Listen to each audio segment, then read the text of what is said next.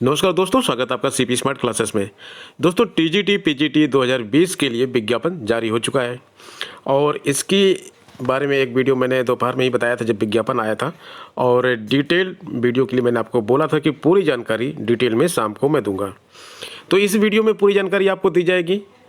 कितना वेतन मिलने वाला है आपको, सिलेबस क्या है, शैक्षिक योग्यता क्या होती है, और दो अन्य इसमें मुद्दे हैं, बहुत ही गंभीर मुद्दे हैं। जीव विज्ञान के पद क्यों नहीं आए, एक ये पॉइंट है, इस पर चर्चा की जाएगी। बालिका वर्ग में पदों की संख्या कम क्यों आई।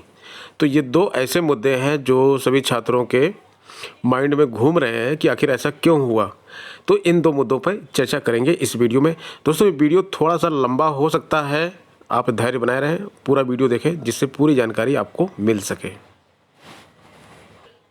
इस विज्ञापन का इंतजार बड़ी ही बेसब्री से किया जा रहा था। ये टीजीटी का विज्ञापन है और आप सब काफ़ी उत्साहित से इस विज्ञापन को लेकर कि जल्दी से विज्ञापन आए और नौकरी मिले। तो यहाँ पे जो डेट है उनके बारे में बात कर लेते हैं। पंजीकरण प्रारंभ होने की तिथि 29/10/2020। ऑनलाइन शुल्क जमा करने हेतु प्रारंभ तिथि 29/10/2020। अंतिम तिथि रजिस्ट्रेशन की भाग 1 में रजिस्ट्रेशन जो आप करते हैं उसकी अंतिम तिथि 27/11, यानी कि उसके बाद आप रजिस्ट्रेशन नहीं कर पाएंगे। यानी कि यही डेट जो है ये लास्ट डेट है फॉर्म भरने की। ऑनलाइन शुल्क जमा करने के हेतु अंतिम तिथि 27/11 और 30/11 तक भाग 2 का आप आवेदन कर सकते हैं। तो ये यहाँ पे देखिए, आपको एक चीज़ और बता दें कि 12,913 टीजीटी की भर्ती आई है पूरी। बालक वर्ग और बालिका वर्ग मिला के 12,913 अच्छी वैकेंसी आई है। जितना अनुमान था उतनी वैकेंसी आई है। और यहाँ पे साफ साफ लिखा हुआ है विज्ञापित पदों की संख्या घट और बढ़ भी सकती है। तो जब तक ये नोटिफिकेशन अभी इतने का आ जाए, अध्याचन और मिल जाएगा तो और वैकेंसी आएगी और इसी में संख्या बढ़ जाएगी। जैसा कि आपको मालूम है कि करीब 40,000 पद खाली पड़े हुए हैं। इसमें साफ साफ लिखा हुआ है कि प्रशिक्षित स्नातक शिक्षक संवर्ग के प्रति एक विषय के सापेक्ष एक ही आवेदन स्वीकार किया जाएगा, यद्यपि एक से अधिक विषय में पृथक पृथक आवेदन कर सकते हैं। भाषा संबंधी प्रश्न पत्र उसी भाषा में होंगे। हिंदी का प्रश्न पत्र हिंदी में, संस्कृत का प्रश्न पत्र संस्कृत में, इंग्लिश का इंग्लिश में और उर्दू का उर्दू में।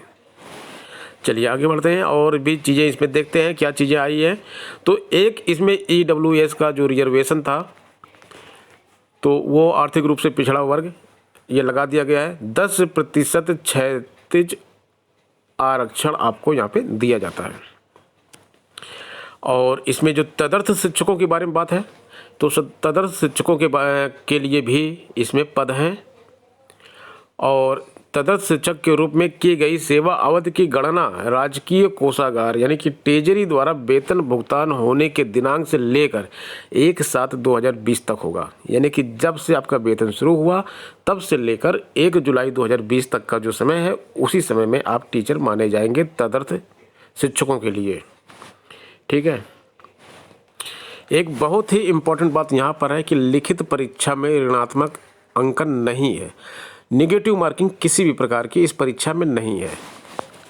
और आगे बढ़ते हैं। इसमें आगे क्या क्या इन्फॉर्मेशन है ऑनलाइन आवेदन के लिए। देखिए यहाँ पे आपको क्या क्या करना है, स्टेप्स बता दूँ आपको।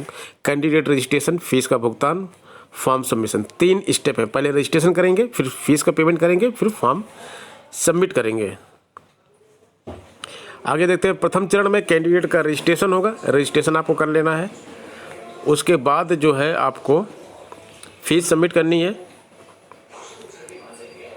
जो आपको फीस पे करनी है, सामान्य अनारक्षित वर्ग के आवेदन शुल्क 700 रुपये, 50 रुपये ऑनलाइन शुल्क प्रक्रिया, 750 रुपये आपको फीस पेमेंट करना है। EWS 450, पिछड़ा वर्ग 750, अनुसूचित जाति 450 और अनुसूचित जनजाति 250 रुपये। इस तरह से आपको फीस पेमेंट करनी है। आगे फॉर्म सबमिट हो जाएगा आपका तृतीय चरण में। रिक्त पद कितने हैं इसके बारे में लिस्ट नीचे दी गई है। अभी आप आते हैं उस पर भी बात करते हैं। आयु सीमा 1 जुलाई 2020 को 21 वर्ष से कम नहीं होनी चाहिए। कुछ लोग पूछ रहे हैं कि मेरी इस डेट में इतनी हो रही है, उस डेट में उतनी हो रही है, उससे कुछ मतलब नहीं। आप अपनी आयु निकालिए। अगर आप 1 जुलाई 2020 को 21 साल के हो रहे हैं तब तो आप इसमें अप्लाई कर सकते हैं, अदरवाइज आप इसमें अप्लाई नहीं कर सकते हैं। वेतनमान 44,900 से 1,42,400, पे level 7, grade pay 4600 grade pay की ये जॉब है। अच्छा खासा आपको इसमें पेमेंट मिलने वाला है। 60,000 के आसपास आपको शुरुआती पेमेंट इसमें मिलेगा। ठीक है, आगे बढ़ते हैं। आरक्षण जो है जो नियमानुसार है उसी हिसाब से दिया जाएगा। आहर्ता की तिथि आवेदन पत्र प्राप्त करने की अंतिम तिथि आहर्ता की तिथि मानी जाएगी। आवेदन पत्र आपको कब तक देना है, जो लास्ट डेट है उसी डेट में, उस डेट तक अगर आपके पास डिग्री है तो ठीक है, अदरवाइज आपकी डिग्री वैलिड नहीं होगी। शैक्षिक योग्यता, न्यूनतम शैक्षिक अहर्ता जो है, ये शैक्षिक अहर्ताएँ जो हैं टेबल 2 में नीचे दिया गया, अभी इसके बारे में बात करेंगे। परीक्षा केंद्र भी यहाँ पे देखिए दिया गया है कि परीक्षा केंद्र कहाँ कहाँ बनाया जाएगा।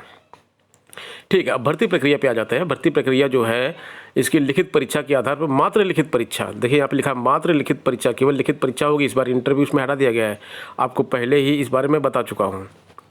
अब लिखित परीक्षा जो होगी इसकी कितने नंबरों की होगी, 125 क्वेश्चन होंगे, एक क्वेश्चन 4 अंक का होगा, 500 अंकों की लिखित परीक्षा होगी। तदर्थ शिक्षकों के केस में 465 अंकों की लिखित परीक्षा होगी और एक प्रश्न का जो नंबर उनको मिलेगा 3.72 मिलेगा। और ये परीक्षा जो है 2 घंटे की होगी। 2 घंटे में 125 प्रश्न आपको करने हैं। 120 मिनट में आपको 125 प्रश्न करने हैं। प्रश्न का प्रकार कैसा होगा, मल्टीपल चॉइस क्वेश्चंस होंगे, एमसीक्यू आएगा। प्रत्येक प्रश्न के लिए 4 विकल्प दिए गए रहेंगे, आपको एक का उत्तर उसमें करना है, काली स्याही से उसको गोला बनाना है। और आगे बढ़ते हैं। तदर्थ शिक्षक के केस में क्या है, यहाँ पे इनको एक वेटेज दिया जाएगा। और वेटेज किस तरह से दिया जाएगा, सेवा पर आधारित वेटेज होगा। इनको अंक दिए जाएंगे, इनको 1 वर्ष की सेवा पर 1.75 अंक, अधिकतम 35 अंक। अगर किसी ने 10 साल की नौकरी की है तो उसको कितने अंक मिल जाएंगे, 17.5। 20 साल की नौकरी की है तो पूरे 35 अंक इनको मिल जाएंगे। इसी हिसाब से जिसने जितने साल की नौकरी की है उसको उतने अंक मिलेंगे। तदर्थ शिक्षकों द्वारा लिखित परीक्षा में पाए गए प्राप्तांकों में सेवा आधारित अधिभार अंक जोड़कर दिया जाएगा। इस प्रकार तदर्थ शिक्षकों के लिए कुल पूर्णांक जो है 500 प्लस 465 अंकों की इनकी परीक्षा हो रही है और 35 अंक इनके ये दिए जा रहे हैं। तो 35 में से अगर आपको 17.5 नंबर पाते हैं 10 साल की आपकी सर्विस, ये प्लस आप लिखित परीक्षा में जो लाएंगे, ये दोनों जोड़ दिया जाएगा, उसी बेस पे आपकी मेरिट बनेगी। तो इस मेरिट के आधार पर ही चयन किया जाएगा और रिक्तियों की संख्या से अधिक की सूची, किंतु 25% से अधिक इसका पैनल जारी किया जाएगा। ये सामान्य निर्देश है। सामान्य निर्देश में कोई भी ऐसी चीज़ नहीं है जिसके बारे में बताया जा सके। एक इन्फॉर्मेशन है यहाँ पे ज़रूरी, तो उसके बारे में बात कर लेते हैं यहाँ पे। तो देखिए, ये इन्फॉर्मेशन ये है कि किसी भी बालिका संस्था में जो है बालिका वर्ग वाला जो है संस्था, उसमें कोई पुरुष पात्र नहीं होगा। केवल संगीत विषय के लिए और किसी नेत्रहीन अभ्यर्थी हेतु लागू यह नियम नहीं होगा। यानी कि संगीत के टीचर जो मेल हैं वो फीमेल कॉलेजों के लिए भी एलिजिबल हैं और जो नेत्रहीन टीचर हैं वो भी एलिजिबल हैं। इसके साथ साथ यहाँ पे दिया गया है महिला अभ्यर्थी बालक एवं बालिका दोनों वर्गों के विद्यालयों के लिए पात्र हैं। यानी कि जो लेडीज़ हैं, जो गर्ल्स हैं, वो जो है बालक वर्ग और बालिका वर्ग दोनों में फॉर्म भर सकती हैं, लेकिन किसी एक वर्ग में ही उनको फॉर्म भरना है, या तो बालक वर्ग में भरें या तो बालिका वर्ग में भरें। बालिका वर्ग में सीटें कम आई हैं, इसलिए बहुत सारी गर्ल्स ये पूछ रही हैं कि सर फॉर्म किस में डालें। इस पर आगे आने वाले वीडियोस में चर्चा करेंगे, अभी तो यहाँ पे पूरी जानकारी दे देते हैं आपको। तो ये यहाँ पे लिखा है परीक्षा तिथि की सूचना यथा समय दी जाएगी, यानी कि परीक्षा की तिथि बाद में घोषित की जाएगी, लेकिन जहाँ तक अनुमान है यह परीक्षा आपकी मार्च के महीने तक हो जाएगी। आगे देखते हैं आगे क्या लिखा हुआ है इसमें। आगे आवेदन से संबंधित कुछ दिशा निर्देश दिए गए हैं, फिर परीक्षा नियंत्रक का सिग्नेचर है, यानी कि ये एप्लीकेशन पूरा हुआ। यहाँ पे पदों की संख्या वगैरह देख लेते हैं। ये सर्टिफिकेट कुछ लगे हुए हैं जिस पर आपको बना के डालना। ये प्रोफार्मा दिया गया है इनका, स्वतंत्रता संग्राम सेनानी का और बाकी अन्य चीज़ों का प्रोफार्मा। यह पदों की संख्या है। हिंदी पहले देखिए, यहाँ पे ये बालक वर्ग का दिया गया है, हिंदी में कितनी है। General candidate 1054, OBC 405, SC 276, ST 7, 1742 पद हिंदी के, गणित के 1822 पद, गृह विज्ञान के 611, उर्दू के 65 पद, इंग्लिश के 1587 पद, कला के 710 पद, सामाजिक विज्ञान के 1392 पद, सिलाई के 19, संस्कृत के 938, विज्ञान के 1741 पद। बहुत ज़्यादा पद आए हैं विज्ञान के। वाणिज्य के 127, कृषि के 184, शारीरिक शिक्षा के 497, संगीत वादन के 6, संगीत गायन के 10। तो कुल बालक वर्ग में जो पदों की संख्या है 11,451 पद। बालिका वर्ग के पदों की बात कर लेते हैं। हिंदी में 214, 167 गणित में, गृह विज्ञान में 160, उर्दू में 12, 196 इंग्लिश में, कला में 103, 186 सामाजिक विज्ञान में, सिलाई में 4, संस्कृत में 97, 202 विज्ञान वर्ग में, वाणिज्य में 8, कृषि में 1, शारीरिक शिक्षा में 48, संगीत वादन में 14, संगीत गायन में 50। संगीत वादन और संगीत गायन की बात करते हैं तो यहाँ पे बहुत सारे पद आए हैं बालिकाओं के लिए। और आपको बता दें कि हमारे चैनल पे एक आपको सफलता की कहानी में एक इंटरव्यू है उपासना शर्मा मैडम का, जो कि असिस्टेंट प्रोफेसर हैं, और इसके पहले जो TGT PGT की भर्ती हुई थी उसमें उनकी फर्स्ट रैंक आई थी, संगीत से फर्स्ट रैंक आई थी, उनका मैंने इंटरव्यू दिलाया था। और हम बहुत ही जल्द इसकी ऑनलाइन क्लास शुरू करने जा रहे हैं। तो जिन छात्रों को संगीत विषय से जो अप्लाई करना चाहते हैं और वो चाहते हैं मैडम से पढ़ना, हमारे संस्थान में प्रवेश चाहते हैं, वो जो है यहाँ पे डिस्क्रिप्शन बॉक्स में एक लिंक आपको मिलेगा, उस लिंक पे क्लिक करके हमारा मोबाइल ऐप है उसको डाउनलोड कर लें और व्हाट्सएप मैसेज कर सकते हैं और कमेंट बॉक्स में भी कमेंट कर सकते हैं। तो ये इतने सारे जो पद आ रहे हैं इसमें हम कुछ चुने हुए विषयों की क्लास चलाएंगे, ऑनलाइन क्लास चलाएंगे। जैसा कि हम पहले भी आपको अपने वीडियो में बता चुके हैं कि TGT PGT के लिए हम ऑनलाइन क्लास ला रहे हैं, कुछ चुने हुए विषयों की ऑनलाइन क्लास ला रहे हैं, बाकी अधिकतम विषयों की हम इसमें ऑनलाइन प्रैक्टिस सेट आपको लेकर आएंगे। जैसे 125 प्रश्न आते हैं एग्जाम में आपके, ठीक उसी तरह के कम से कम हम 10 सेट आपके लिए लेकर आएंगे और इन 10 सेट में चुने हुए प्रश्न रहेंगे जिसके परीक्षा में आने की संभावना बहुत ज़्यादा होगी। और ये हमारे ऑनलाइन मोबाइल ऐप के माध्यम से होगा, आपको पेपर ऑनलाइन करना होगा, ऑफलाइन कुछ भी नहीं है यहाँ पे। तो ऐप तो आप सभी लोग डाउनलोड कर लीजिए जिससे कि आपको ये सारी सुविधाएं मिल सके और क्लास कुछ चुने हुए विषयों की चलेगी। अब हिंदी के बारे में देख लेते हैं कि अर्हता क्या दी गई है। BA हिंदी एवं संस्कृत के साथ इंटरमीडिएट तथा समकक्ष परीक्षा एवं B.Ed या अन्य समकक्ष डिग्री। देखिए हिंदी में आपका BA होना चाहिए या संस्कृत होना चाहिए। BA में या तो हिंदी हो या संस्कृत के साथ इंटरमीडिएट आपने किया होगा तब भी चल जाएगा। हिंदी विषय के लिए आप अप्लाई कर रहे हैं तो इंटरमीडिएट में संस्कृत होगा तब भी आपका चल जाएगा, BA में हिंदी होगा तब भी चल जाएगा। इसके साथ आपके पास B.Ed की डिग्री होनी चाहिए या फिर BA हिंदी एवं संस्कृत विषय के साथ समकक्ष परीक्षा एवं B.Ed या अन्य समकक्ष डिग्री, या तो BA हिंदी और संस्कृत विषय के साथ हो आपका, यानी कि संस्कृत आपको पढ़ना जरूरी है। या तो आपका हिंदी में अगर BA किया है आपने तो संस्कृत आपके इंटर में होना चाहिए, या फिर संस्कृत में अगर इंटर आपके नहीं है तो BA में हिंदी और संस्कृत दोनों विषय होने चाहिए। ध्यान से सुन लीजिए, इस पर बहुत सारी क्वेरीज आती हैं, आप लोगों के इतने फ़ोन आते हैं इससे संबंधित और इतने व्हाट्सएप पे मैसेज आते हैं कि मैं इसका बहुत जवाब आप लोगों को कई बार दे चुका हूं, लेकिन क्लियर नहीं होता। आज मैं वीडियो में क्लियर जवाब दे रहा हूं और आपके सामने इसका प्रूफ भी है, नोटिफिकेशन में लिखा हुआ है, तो इसको ध्यान से देखिए। मैं फिर से रिपीट कर रहा हूँ, इंटर में संस्कृत है तो BA में हिंदी है तो आप हिंदी विषय से भर सकते हैं। BA में हिंदी और संस्कृत है, इंटरमीडिएट में संस्कृत नहीं है तब भी आप भर सकते हैं। ठीक है, क्लियर। गणित के लिए BA या BSc में गणित होनी चाहिए आपकी। गृह विज्ञान के लिए देखिए यहाँ पे दिया गया गृह विज्ञान या गृह अर्थशास्त्र, होम इकोनॉमिक्स या घरेलू विज्ञान डोमेस्टिक साइंस, या फिर गृह कला होम आर्ट में प्रशिक्षित स्नातक।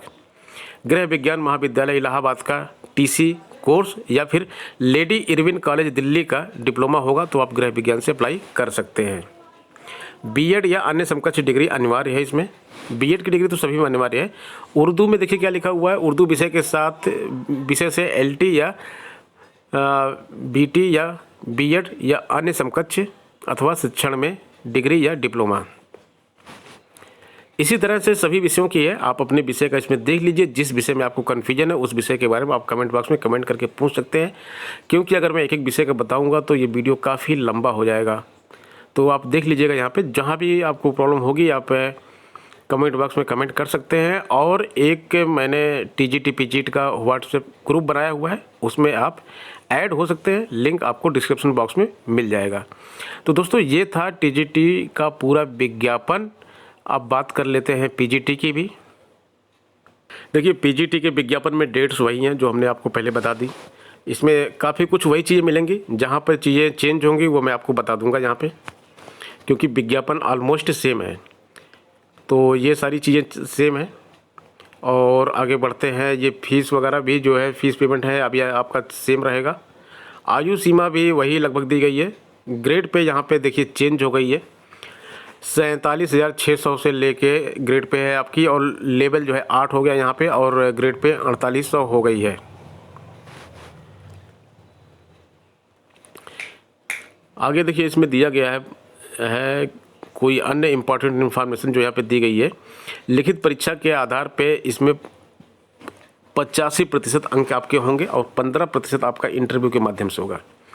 तो जैसा कि टीजीटी में कोई इंटरव्यू नहीं है, पीजीटी में आपको इंटरव्यू देना पड़ेगा। साक्षात्कार के आधार पर 10% अंक जो निम्नलिखित रीति से विभाजित किए जाएंगे। सामान्य ज्ञान के आधार पर 4% अंक, व्यक्तित्व परीक्षण के आधार पर 3% अंक और अभिव्यक्ति के योग्यता के आधार पर 3% अंक। तो 10% अंक तो इस तरह से विभाजित कर दिए गए। बाकी 5% अंक जो होंगे ये आपके पास डॉक्टरेट की उपाधि रखने के लिए 2% अंक, शिक्षा पर स्नातक एमएड की उपाधि अगर आप रखते हैं तो 2% अंक, स्नातक बीएड की उपाधि अगर आप रखते हैं 1% अंक। परंतु किसी ऐसे अभ्यर्थी को जिसने उपखंड 2 के आधार पर अंक प्राप्त किया, उसे अगर आपने एमएड का ले लिया 2 तो आपको ये 1 नहीं मिलेगा। ये कहा जा रहा है इसमें। राज्य की टीम के माध्यम से किसी राष्ट्रीय स्तर के खेल में अगर आपने भाग लिया तो आपको 1% अंक इसमें मिलेगा। अब यहाँ पे दिया है कि जो आपकी लिखित परीक्षा और अधिभार के साथ साथ जो है 425 अंक का ये होगा लिखित परीक्षा। साक्षात्कार 50 अंक का होगा। विशेष योग्यता जो दी गई है, अगर इसमें कोई योग्यता आपके पास होगी तो 25 अंक, यानी कि 500 का ये पूरा बनेगा। इसी के बेस पे आपकी मेरिट बन जाएगी। तो ठीक है, ये देखिए यहाँ पे तदर्थ प्रवक्ताओं के लिए जो दिया गया है 390 अंक की परीक्षा होगी और 1 अंक यहाँ पे जो है 3.12 का होगा। ठीक है, और जो 425 अंकों की परीक्षा होगी इसमें 125 अंक के प्रश्न होंगे आपके। एक प्रश्न 3.4 का होगा, 3.4 का एक होगा। वहाँ पे कितना था, वहाँ पे 4 था। तो ये अंतर है और बाकी अंतर तो कुछ नहीं है। 2 घंटे का यहाँ भी आपको पेपर मिल रहा है सॉल्व करने के लिए, और मेरिट वगैरह सब उसी तरह से बनेगी। और यहाँ पे कोई भी डिफरेंस और नहीं दिख रहा है। तो हम पदों की संख्या देख लेते हैं। यहाँ पे पदों की संख्या देखिए, यहाँ पे हिंदी की अच्छी खासे पद है, 363 पद दिखाई दे रहे हैं। 98 गणित के हैं, गृह विज्ञान के 2 हैं। इसी तरह से आप देखेंगे बाकी पद भी देख लीजिए आप। और यहाँ पे फिर हम देखते हैं संस्कृत, जीव विज्ञान। जीव विज्ञान देखिए यहाँ पर है, टीजीटी में जीव विज्ञान नहीं है, लेकिन यहाँ पे जीव विज्ञान है। भौतिक विज्ञान भी है, रसायन विज्ञान भी है, शारीरिक शिक्षा भी है, वाणिज्य है, कृषि है, सैन्य विज्ञान है, तर्कशास्त्र भी है। अब यहाँ पे देखिए संगीत के पद यहाँ पे नहीं है। तो कहीं पर कुछ पद हैं, कहीं पर कोई पद नहीं है। इस तरह का नोटिफिकेशन आया है। अब ये बालिका वर्ग में देख लेते हैं। बालिका वर्ग में देखिए यहाँ पे संगीत, गायन और वादन के यहाँ पे पद हैं 9 और 12। गायन के 9, वादन के 12। मनोविज्ञान का पद है यहाँ पे, शिक्षा शास्त्र, समाज शास्त्र का यहाँ पे पद है, और यहाँ पे जीव विज्ञान का भी पद है, लेकिन बहुत कम पद है, 6 पद है। तो बालिका वर्ग में सभी जगह पद कम आए हैं। शैक्षिक अर्हता की बात करते हैं तो इसमें देखिए हिंदी का, जैसे कि हिंदी का मैंने उसमें एक्सप्लेन किया था, इसमें भी कर देते हैं। हिंदी में आपके पास एमए तथा संस्कृत के साथ बीए अथवा शास्त्रीय परीक्षा राजकीय संस्कृत कॉलेज वाराणसी, अब जिसको संपूर्णानंद विश्वविद्यालय वाराणसी बोला जाता है, वहाँ से अगर आपके पास है तो आप इसमें फॉर्म भर सकते हैं। शैक्षिक योग्यता वरीयमान, यहाँ पे एक केस दिया गया है इसके हिसाब से अगर आपकी हो, इंटरमीडिएट कक्षाओं में हिंदी प्रवक्ता पद पर प्रोन्नति हेतु संस्कृत विषय से बीए उत्तीर्ण होना आवश्यक नहीं होगा। आगे बात करते हैं, ये टीजीटी के जो लोग प्रमोट हो जाएंगे तो अगर उसमें बीए नहीं उत्तीर्ण किए हैं, इंटर में उनके लिए संस्कृत है तो उनके लिए है ये। हिंदी में एमए के साथ साथ संस्कृत विषयों से स्नातकोत्तर परीक्षा उत्तीर्ण योग्यताधारी को इंटरमीडिएट कक्षाओं के प्रवक्ता पद पर सीधे नियुक्ति अथवा प्रवक्ता पद पर प्रोन्नति हेतु बीए में संस्कृत विषय की अनिवार्यता से मुक्ति रहेगी। चीज़ों को यहाँ पे क्लियर कर दिया गया है। एमएससी और एमए अगर गणित से है तो आप गणित में भर सकते हैं फॉर्म। गणित में त्रिवर्षीय पाठ्यक्रम सहित बीए ऑनर्स अथवा बीएससी ऑनर्स है तो आपको वरीयता मिलेगी, प्रशिक्षण वरीयता मिलेगी। इसी तरह से बाकी विषयों का भी इसमें दिया गया है, आप देख लीजिएगा। तो दोस्तों ये था आज का वीडियो। अब इसमें हम 2 मुद्दों पर चर्चा करनी थी। एक तो जीव विज्ञान का मुद्दा। देखिए, जीव विज्ञान में टीजीटी में वैकेंसी नहीं आई। ऐसा माना जा रहा था कि टीजीटी में जो पद समाप्त कर दिए गए हैं इसलिए वैकेंसी नहीं आ रही है। साइंस का पद केवल है वहाँ पे, तो साइंस में भी दिया जा सकता था। उसकी मांग भी की गई थी, विकी खान जी ने भी इसके लिए ज्ञापन वगैरह दिया था, लेकिन इसका जो है नोटिफिकेशन नहीं आया। 2001 परीक्षा 2013 की अभी रिजल्ट नहीं जारी किया गया है। 2016 का एग्ज़ाम नहीं करवाया गया है और कोर्ट भी छात्रों के फेवर में है, लेकिन इसका विज्ञापन नहीं दिया गया। दूसरा, बालिका वर्ग में पदों की संख्या बहुत कम आई है। तो बालिका वर्ग में सीटें पिछली भर्ती में ज़्यादा थीं, इसलिए इसमें सीटें कम आई हैं। लेकिन बालिकाओं के लिए एक अच्छी बात यह है कि वो बालक वर्ग में भी फॉर्म भर सकती है। जहां उनको जिस विषय की सीटें कम लग रही हैं तो वो वहां पर अप्लाई कर सकती हैं। तो दोस्तों ये हो गई पूरी जानकारी, पूरी अपडेट। अब मिलते हैं नेक्स्ट वीडियो में। और टीजीटी पीजीटी का ग्रुप आप ज़रूर ज्वाइन करें, मोबाइल ऐप ज़रूर डाउनलोड करें, जिससे कि आपको इसके बारे में पूरी जानकारी समय समय पर और गाइडेंस आपको समय समय पर मिलता रहे। पूरा वीडियो धैर्य के साथ देखने के लिए धन्यवाद। वीडियो को लाइक और शेयर कर दें। मिलते हैं नेक्स्ट वीडियो में।